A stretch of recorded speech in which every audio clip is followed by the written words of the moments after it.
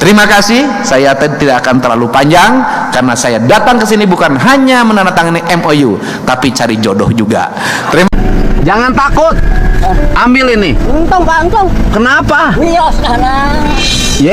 Ini Pak, suruh maju lagi. Ini Pak.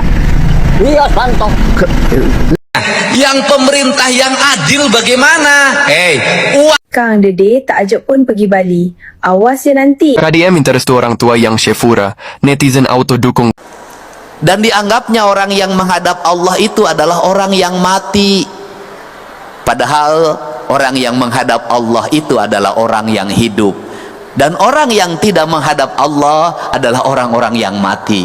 Sesungguhnya panggilan azan itu adalah panggilan untuk orang agar kematian berubah jadi kehidupan. Mati telinganya, mati tangannya, mati hidungnya, mati matanya, mati lidahnya, mati hatinya. Maka suara azan itu mengingatkan dia untuk segera kembali hidup, agar telinganya hidup, matanya hidup, hidungnya hidup, lidahnya hidup, dan kematian matinya hidup. Assalamualaikum warahmatullahi wabarakatuh. Pidato Kang Deddy Mulyadi mengaji di depan para menteri. Saya rasa yang akan terkejut karena Kang Deddy menyatakan bahwa di sini saya bukan mendatangi MOU doang, tapi untuk mencari jodoh. Wah, kabar baik ya teman-teman. Oke, coba kita simak dulu pidato Kang Deddy Mulyadi. Begitu cerdas wawasannya teman-teman. Dan para menteri pun terdiam. Wah, terkejut melihat ini. Silakan. Terima kasih. Baik, Bapak Ibu hadirin yang berbahagia, selanjutnya kita akan simak bersama sambutan yang akan disampaikan oleh Gubernur Jawa Barat kepada Kang Deddy Mulyadi. Kami persilakan.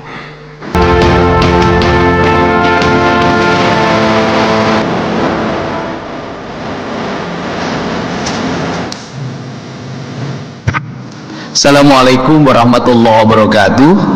Sampurasun.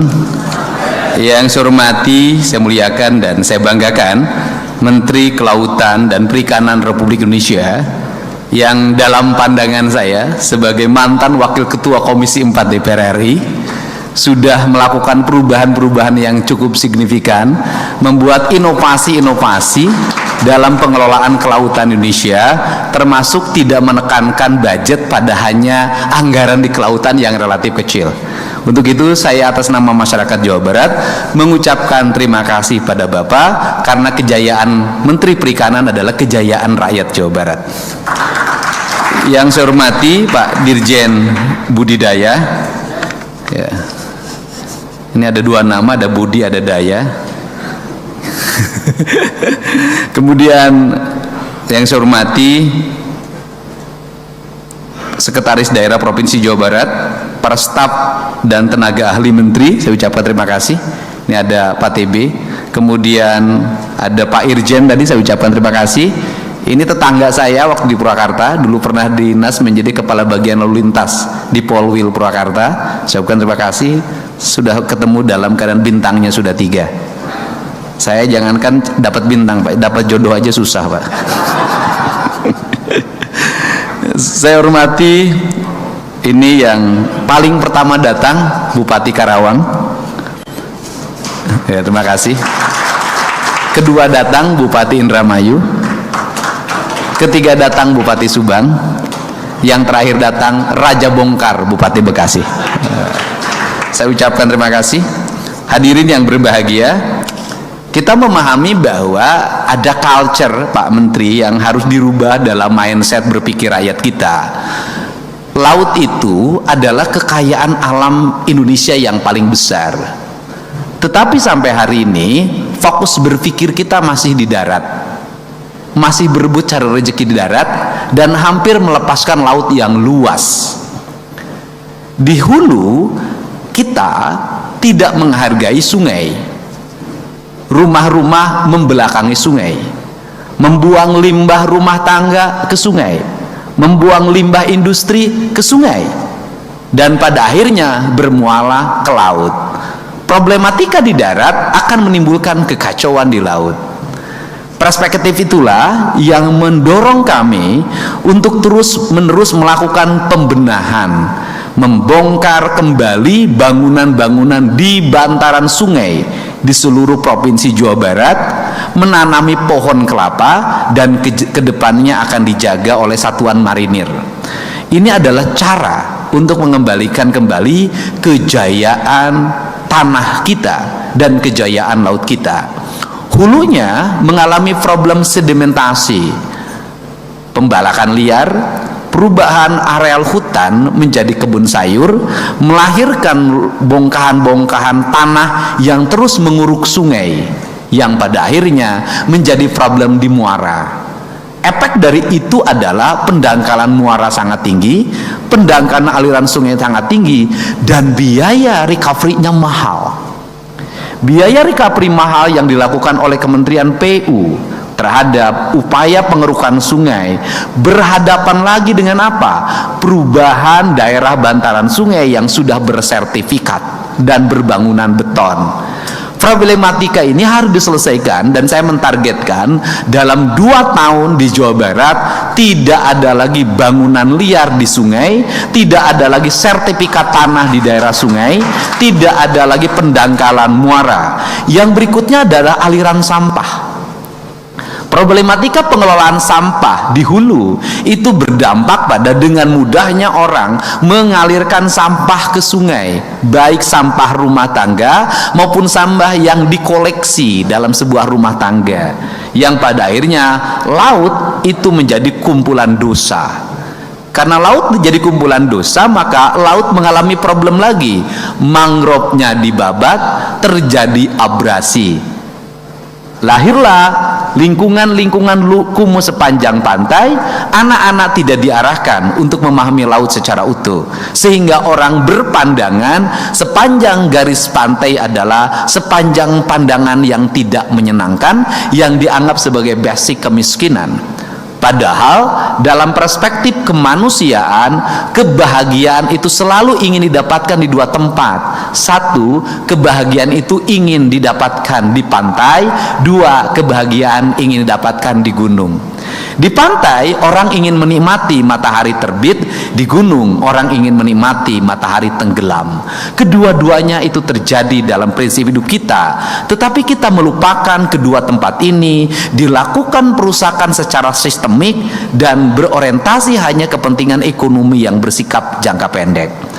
Hari ini rakyat Jawa Barat, khususnya di Kabupaten Bekasi, di Kabupaten Karawang, di Kabupaten Subang, dan di Kabupaten Indramayu memiliki secercah harapan. Garis pantai yang selama ini abrasi, terutama di Pakis Jaya, nanti harus ada recovery dari Kementerian Kelautan, itu akan berubah menjadi areal budidaya. Budidaya itu bertujuan bukan hanya sekedar untuk mengembangkan ikan air tawar atau kemudian juga ikan tambak, tetapi yang lebih penting dari itu adalah membangun ekosistem pantai.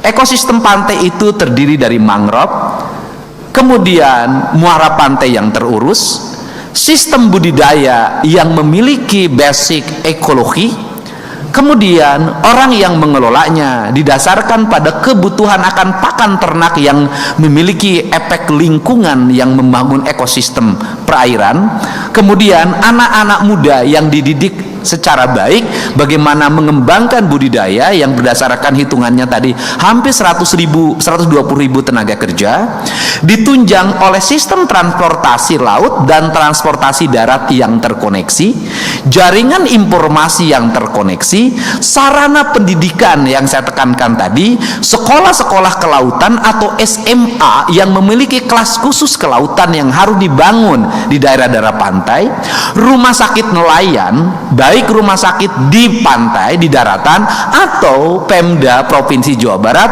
harus segera membeli kapal nelayan yang di dalamnya ada rumah sakit nelayan yang bisa bergerak melayani nelayan dari satu pesisir ke pesisir lain secara bergiliran. Setelah itu, Dinas Perhubungan membangun fasilitas jaringan landasan pesawat sepanjang 2 km jalan berbeton yang bisa digunakan oleh pesawat-pesawat kecil untuk mengontrol sampah, mengontrol jaringan aliran sungai, kemudian mengontrol masyarakat yang bisa digunakan sebagai ambulan udara. Perspektif itulah bagian dari komitmen kita bahwa Jawa Barat adalah daerah perairan. Daerah perairan yang subur disebutnya Cimahi, daerah perairan yang susah itu disebutnya Cisaat. Tepuk tangan ini kan itu kan.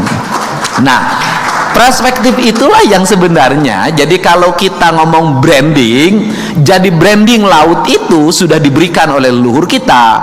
Branding laut itu adalah Nyi Ratu Kidul sebagai lambang kecantikan, kegemulaian, kelembutan, kesakralan, dan keindahan. Nah, problematikanya adalah Susana malah membintangi film yang berjudul Nyi Blorong. Nah, itu problemnya sebenarnya. Nah, perspektif itulah yang harus didorong. Nah, sehingga dalam waktu tidak terlalu lama, saya yakin di era kepemimpinan Pak Prabowo Subianto dan di era kepemimpinan Bapak Menteri KKP, kita bisa melihat hamparan pantai dari Babelan, Pakis Jaya sampai dengan Blanakan sampai dengan Eretan adalah hamparan garis pantai yang indah dan mengalami pertumbuhan ekonomi yang memadai. Disinilah kita memulai. Hari ini kita memulai menandatangani, dan saya ucapkan terima kasih. Kami tidak mungkin meraih dana lebih dari 2 triliun untuk membangun wilayah itu. Ngumpulin pajaknya lama dan susah. Hari ini kemakmuran rakyat Jawa Barat terbantu dengan kebijakan Presiden Bapak Prabowo Subianto dan dilaksanakan secara teknis oleh Bapak Menteri yang langsung mendapat wahyu dari Allah Subhanahu wa Ta'ala. Ya gitu. Kalau Nabi itu wahyu, kalau manusia itu ilham, tapi Bapak itu selalu mendapat wahyu. Di antaranya wahyu yang Bapak dapatkan melalui namanya adalah membuat kemakmuran bagi Jawa Barat pantai utara. Setelah itu, apa yang harus disiapkan oleh Menteri KKP dan oleh Dinas Kelautan dan Dinas Perumahan Pemukiman adalah menyelesaikan seluruh perumahan pemukiman nelayan, baik di garis pantai utara maupun selatan, sehingga tidak ada lagi perumahan kumuh di Jawa Barat yang berada di garis pantai. Walaupun rumah sederhana orang pantai bahagia, tetap saja kasat mata BPS dan kasat mata pandangan kita, rumah harus tertata dengan baik dan harus bersih. Selain itu, nanti saya mengajak pada bersama-sama dengan Pak Menteri, satu, membenahi keramba di Jatiluhur, Cirata, dan Saguling. Membenahi eceng gondok yang sudah tingkatnya mencemaskan, merecovery lingkungan sehingga tidak terjadi sedimentasi dan pencemaran merkuri yang tumbuh akibat peternakan yang terlalu berlebihan.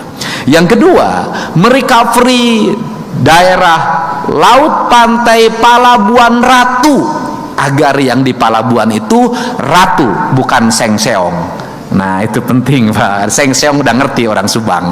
Nah, ratu sehingga menjadi tertata, dan saya meyakini kalau seluruh garis pantai Jawa Barat tertata, sungai-sungainya bersih, sedimentasinya terselesaikan, kemudian garis-garis sepadan sungainya berjejer nyiur, pantai-pantainya melambai nyiur, dan mangrove, saya yakin Gemah Ripah Repeh Rapi akan segera terwujud.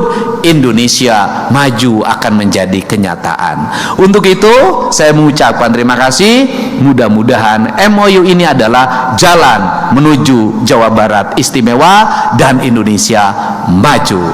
Terima kasih, saya tidak akan terlalu panjang karena saya datang ke sini bukan hanya menandatangani MOU, tapi cari jodoh juga. Terima kasih. Wallahu muwaffiq ila aqwamit thoriq. Assalamualaikum warahmatullahi wabarakatuh. Sampurasun. Rampes, mohon berkenan Gubernur Jawa Barat yang teman-teman, itu dia pidato Kang Deddy Mulyadi ya di depan para menteri, terutama Menteri Kelautan ya, yang mana kita tahu bahwa ke belakang banyak sekali ya fenomena laut di sertifikat, ya, fenomena laut ya di penggal-penggal ya. Itu yang menjadi permasalahan. Gak boleh laut seperti itu kan teman-teman. Dan Kang Deddy pun hadir di situ yang memberikan pidato, memberikan wejangan kepada semua para pejabat, para DPR ya, agar turut menjaga aset yang dimiliki oleh Indonesia ini teman-teman. Dan bukan cuma itu, Kang Deddy pun yang meresmikan suatu usaha yang mana bermanfaat untuk para nelayan teman-teman ya, dalam pidatonya seperti itu. Dan ini benar-benar sih ya, gubernur komplit teman-teman, paket komplit kayak jamu ya teman-teman. Dan tadi pun Deddy ya di awal video yang menyatakan bahwa pemimpin yang baik itu ya jangan langsung ambil uang pajak terus gaji DPR dengan gaji yang besar, tapi pemimpin yang baik itu ya memanfaatkan uang pajak itu untuk rakyatnya kembali. Itu pemimpin itu seperti itu, jangan berpoya-poya dan malah menggaji anggota DPR lebih tinggi. Ya itu bukannya nggak boleh ya, tapi pedulikan dulu rakyat, pedulikan dulu ya kebutuhan rakyat, karena ya rakyat sangat butuh loh sosok pemimpin seperti ini. Belum ada teman-teman ya, baru ada lagi ya. Dan semoga Kang Deddy Mulyadi panjang umur, amin ya Allah rabbal alamin. Oke teman-teman, itu dia pidato Kang Deddy Mulyadi. Semoga ya idenya begitu cemerlang, gagasannya teman-teman. Terima kasih. Assalamualaikum warahmatullahi wabarakatuh.